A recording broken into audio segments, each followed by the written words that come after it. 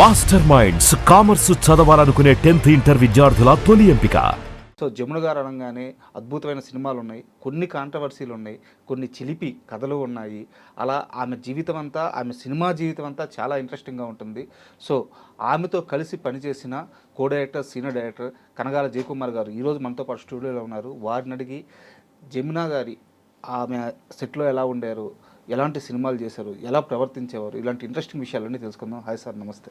నమస్తే సార్, జమున గారి పేరు గుర్తుకు రాగానే ఆమె అందం గుర్తొస్తుంది, అవునవును, ఆమె కోపం గుర్తొస్తుంది, అవునవును, ఆమె మూతి విరుపు గుర్తొస్తుంది, ఆమె అద్భుతమైన నటన.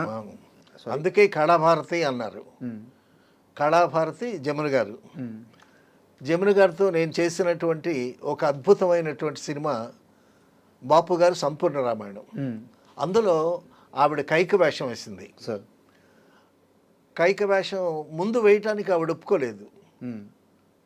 నేను కైక వేయటమా, శోభన్ బాబు రాముడైతే నేను కైకట్ట వేస్తాను, శోభన్ బాబు తల్లి వేషం నేను వేయాలా, శోభన్ బాబు నేను కలిసి తహసీల్దార్ గారు అమ్మాయి చాలా సినిమాల్లో మేము ఇద్దరం పేరుగా యాక్ట్ చేసాము, కరెక్ట్, ఇప్పుడు శోభన్ బాబు తల్లిగా నేను వేయాలా అంది ఆవిడ. అని అంటే అప్పుడు బాపు రమణ గారు, అమ్మ మీరు కైక వేషం వేయొద్దు, ఇప్పుడు ఉన్న ఆర్టిస్టులో కైక వేషం ఎవరు వేస్తే బాగుంటుంది, కాస్త ఆల్టర్నేటివ్ చెప్పండి అని అన్నారు వీళ్ళు. అనేసరికి ఈవిడ ఆలోచించి యశ్వరలక్ష్మి ఎప్పుడో కైక వేషం వేసింది, ఆవిడ అవుట్డేటెడ్ అయిపోయింది, ఆవిడ పెద్ద ఆవిడ అయిపోయింది. తర్వాత చూస్తే మరి జమున గారి ఆ రేంజ్లో ఇంకెవరు ఆల్టర్నేటివ్స్ కనిపించకపోయేసరికి నిజమేనండి ఎవరు ఆల్టర్నేటివ్ లేరు అని అంది ఆవిడ. అందుకేనండి మిమ్మల్ని వేయమని అన్నారు. బాపు గారు అంతటి ఆయన ఏం ఆలోచించుకోకుండా బాపు గారు ముళ్ళపూడి వెంకటరమణ గారు, అమ్మ మీ క్యారెక్టర్ చాలా అద్భుతంగా ఉంటుంది, సో దానికి అయిపోయిన తర్వాత మీరు రషెస్ చూడండి ఎంత బాగుంటుందో క్యారెక్టరు, అది ఇది అని చెప్పితే ఆవిడ ఒప్పుకుంది. సార్, మీరు ఎత్తుకోవడే అద్భుతమైన పాయింట్ ఎత్తుకున్నారు. అవునవును. సో నాకు ఒక క్వశ్చన్ ఉంది, అడిగేస్తున్నది. చెప్పండి. యాక్చువల్గా మనం సావిత్రి గారి సినిమాలు చూసాము, జమున గారి సినిమాలు చూసాము. సావిత్రి గారి రోల్స్కి ఆమె అద్భుతమైన నటి, మహానటి. అవునవును. కానీ ఆమెకి కొంత ఆల్టర్నేటివ్ క్యారెక్టర్స్ చేసేవాళ్ళు ఉన్నారు. సావిత్రి గారు కూడా యాక్ట్ చేసినటువంటి సత్యభామ యాక్ట్ చేసింది సావిత్రి గారు, తర్వాత జమున గారు యాక్ట్ చేశారు.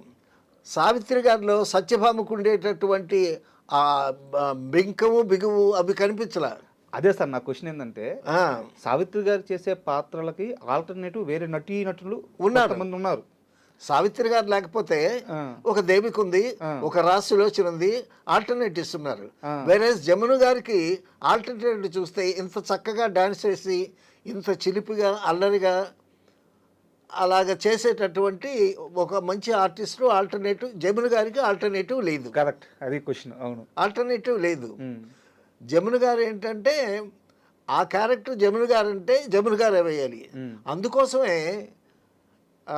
నాగిరెడ్డి చక్రపాణి గారు గుండమ్మ కథ తీస్తూ రామారావు గారు నాగేశ్వరరావు కలిసి జమున గారిని బాయ్కాట్ చేసిన, అది బాయ్కాట్ అంటావా లేకపోతే వాళ్ళు ఏమన్నా అభిప్రాయ భేదాలు వచ్చి మొత్తానికి జమున వాళ్ళిద్దరితో నటించడానికి పరిస్థితులు అనుకూలించలేదు ఒకానొక టైంలో. అయితే గుండమ్మ కథలో రామారావు గారు నాగేశ్వరరావు గారు ఇద్దరు హీరోలు. రామారావు గారి పక్కన సావిత్రమ్మ ఉంది, నాగేశ్వరరావు గారి పక్కన ఒక హీరోయిన్ కావాలి, ఖచ్చితంగా ఇంకా జమున గారే కావాలి. అందుకోసమని జమున గారిని పిలిపించి తర్వాత అడిగారు, ఏం లేదమ్మా ఒక చిన్న అపాలజీ చెప్పు అది ఇది అని అంటే, అపాలజీ చెప్పాల్సినంత తప్పు నేనేం చేయలేదు, నేను చేసిన తప్పేంటో చెప్పండి, సో కాబట్టి నాకు అపాలజీ చేయాల్సినటువంటి అవసరం లేదు అని చాలా ఫ్రాంక్గా చెప్పేసింది ఆవిడ. అపాలజీ చెప్పలా. సో వీళ్ళే కాంప్రమైజ్ అయ్యారు. అప్పుడు నాగిరెడ్డి చక్రపాణి గారు పిలిపించి, అబ్బాయి మీ గొడవలు ఎలాగ ఉంటే ఉన్నారు, మీరందరూ ఆర్టిస్టులు, మంచి ఆర్టిస్టులు, మేము ప్రొడ్యూసర్లవి డైరెక్టర్లవి, మీరు మాకు కావాలి, మేము కూడా మీకు కావాలి, మీరు ఆలోచించుకోండి. కాబట్టి అవన్నీ వదిలిపెట్టేసేసి చక్కగా కలిసి ఒక మంచి సినిమా చేద్దాం అని కాంప్రమైజ్ చేస్తే అప్పుడు పెద్ద హీరోలు ఇద్దరు ఒప్పుకున్న వెంటనే గుండమ్మ కథ సినిమా స్టార్ట్ అవ్వాల. వెంటనే అగ్రిమెంట్ అయిపోయింది కదా, ప్రాబ్లం సాల్వ్ అయింది కదా. ఉమ్. గుళేబాగా వాళ్ళకి వెంటనే జమున గారిని బుక్ చేసి షూటింగ్ స్టార్ట్ చేశారు రామారావు గారు. సార్ సో జమున గారి అవసరం అంత ఉందన్నమాట. Sir sorry to interrupt you. ఎలాగో మనం గుండమ్మ కథ దాకా వచ్చాం కాబట్టి ఇక్కడ కాస్త బ్రేక్ వేసి అసలు ఎందుకు వాళ్ళ మధ్య ఆ గ్యాప్ వచ్చింది, జమున గారిని బ్యాన్ చేయడమా లేదా వారితో సినిమాలు చేయకూడదని ఎన్టీఆర్ ఏఎన్ఆర్ అనుకోవడం, వీటికి కారణం ఏంటి, అసలు ఆ బ్యాక్ స్టోరీ ఏంటి? కారణం అంటే అండి, ఒకసారి జమున గారిని ఇంటర్వ్యూ చేశారు. ఇంటర్వ్యూ చేస్తే మీరు ఆ సత్యభామ క్యారెక్టర్లో మీకంత పేరు రావటానికి కారణం ఏంటి అని అడిగారు. అడిగితే జమున గారు ఏం చెప్పారు తెలుసా? సత్యభామలో ఉండేటటువంటి క్యారెక్టరు నా నైజము రెండు సరిపోతాయి. సో సత్యభామలో ఉండేటటువంటి ఆ డిగ్నిటీ, ఆ ఇంటిగ్రిటీ ఇదంతా నాలో ఉంది పర్సనల్గా, కాబట్టి నేను చక్కగా సూట్ అయ్యాను సత్యభామ క్యారెక్టర్కి అని చెప్పింది ఆవిడ. అంటే సత్యభామ క్యారెక్టర్లో ఏంటి, ఆ బిగువు, బింకము, అలక, కోపము అవన్నీ కలిపినటువంటి క్యారెక్టర్ కదా. సో ఆవిడ అలగటం, సత్యభామ అలగటం, కృష్ణుడు బతిలాడటం, ఆవిడ కాళ్ళ దగ్గర ఉంటే కాళ్ళతో కిరీటం తనటం, అయినా శ్రీకృష్ణుడు ఆవిడ్ని ఇదవటం, మళ్ళీ ఈవిడ అయ్యో నేను మీ తలని నా కాలుతో తన్నానని ఈవిడ ఇదవటం. సో ఈ ఎలకలు గమ్మత్తైనటువంటి ఆ నైజం సత్యభామకు ఉండేటటువంటి నైజమే నాకు ఉంది, అందుకే బాగా సూట్ అయ్యాను. తర్వాత ఒక రిచ్ ఫేస్ ఉండాలి సత్యభామకి, సో ఆ రిచ్నెస్ నా ఫేస్లో ఉంది అని ఆవిడే చెప్పింది. మరి సో కరెక్ట్గానే చెప్పింది, అందులో తప్పే ఉంది. కరెక్ట్గానే చెప్పింది. ఏమో చిన్న చిన్న వస్తాయండి. ఆవిడేంటంటే కొంచెం యాక్చువల్గా వాళ్ళ ఫాదరు పసుపు వ్యాపారం చేసుకోవటానికి తెనాలి దగ్గర దుగ్గురాలు వచ్చి సెటిల్ అయ్యారండి వాళ్ళు. ఓకే. అక్కడ చిన్నపిల్లగా ఉండేటప్పుడు స్కూల్లో డాన్స్ చేయటం అది ఇది చేయించేవాళ్ళు. చేయించేటప్పుడు కొంతమంది అడిగారు మా ఫంక్షన్స్లో డాన్స్ చేయించండి అది ఇది అని. అలాగే సినిమాల్లో రావటానికి ఆయనకి ఇష్టం లేదు. ఓకే. ఆవిడ కూడా, ఫాదర్ కూడా కాస్త చాలా గట్టాడు. సో ఈ జమున కూడా ఆ విధంగానే ఉండేది. కానీ దుగ్గిరాల హై స్కూల్లో చదువుతూ పెరిగింది ఆ అమ్మాయి. ఆ దుగ్గిరాల హై స్కూల్లో జగ్గయ్య గారేమో టీచర్గా పనిచేశాడు. జగ్గయ్య గారి స్టూడెంట్ జమున అనమాట దుగ్గిరాల్లో. Okay okay. సో దుగ్గిరాల్లో ఉండి ఆయన ఫాదర్ పసుపు వ్యాపారం చేశారు. ఆయన పేరు శ్రీనివాసరావు గారు. తర్వాత స్కూల్లో జగ్గయ్య గారు జమున చేత చిన్న చిన్న నాటికలు ఆడించాడు. సో ఆ విధంగా జగ్గయ్య గారిని చూసి ఇవి నేర్చుకుందనమాట. ఓకే. తర్వాత గరికపాటి రాజారావు గారు పుట్టిల్ అనేటటువంటి సినిమా తీస్తూ ఆయనే డైరెక్ట్ చేస్తూ ఆయన హీరోగా వేస్తూ ఈ జమున అప్పటికే పెద్దదైంది, నాటకాలు గిటకాలు వేస్తుంది, మంచి పేరు వచ్చింది, డాన్స్ కూడా నేర్చుకుంది, చాలా చక్కగా అందంగా ఉంటుంది. ఆవిడ్ని తీసుకొచ్చి జమున గారిని తీసుకొచ్చి హీరోయిన్గా పెట్టారనమాట. గరికపాటి రాజారావు గారి ద్వారా జమున గారు సినిమా ఫీల్డ్కి వచ్చారనమాట. ఓకే. అంటే మీరు ఆమె జర్నీ చెప్తున్నారు, వాళ్ళ ఆమె ఫాదరు వాళ్ళ ఫ్యామిలీ బ్యాక్గ్రౌండ్ చెప్తున్నారు. నా క్వశ్చన్ ఏంటంటే, నేను మళ్ళీ ఓపెన్గా అడుగుతున్నా, మీరు కావాలని చెప్పట్లేదేమో, ఏదన్నా చిన్న కాంట్రవర్సీ ఉందనుకొని ఆపుతున్నారేమో. ఎన్టీఆర్ గారు, ఏఎన్ఆర్ గారు జమున గారిని దూరం పెట్టడానికి గల కారణం ఏంటి? ఈవిడికి ఏంటంటే సినిమాలో ఫీల్డ్కి వచ్చిన తర్వాత అప్పటికే పెద్ద వయసు ఏం కాదు, సినిమా ఫీల్డ్లో అనుభవం లేదు. అయితే యాక్ట్ చేసేటప్పుడు ఏంటంటే తన పనేదో తను చేసుకుంటుంది, చాలా స్ట్రైట్ ఫార్వర్డ్గా ఉంటుంది, కొండ బద్దలు కొట్టినట్టు మాట్లాడుతుంది. రామారావు గారు, నాగేశ్వరరావు గారు వచ్చేటప్పుడు ఆవిడ కాలు మీద కాలు వేసుకొని కూర్చుంటుంది. ఓకే. సో అది పెద్దవాళ్ళకి ఇబ్బందిగా డెఫినెట్గా ఇబ్బంది అనిపించింది.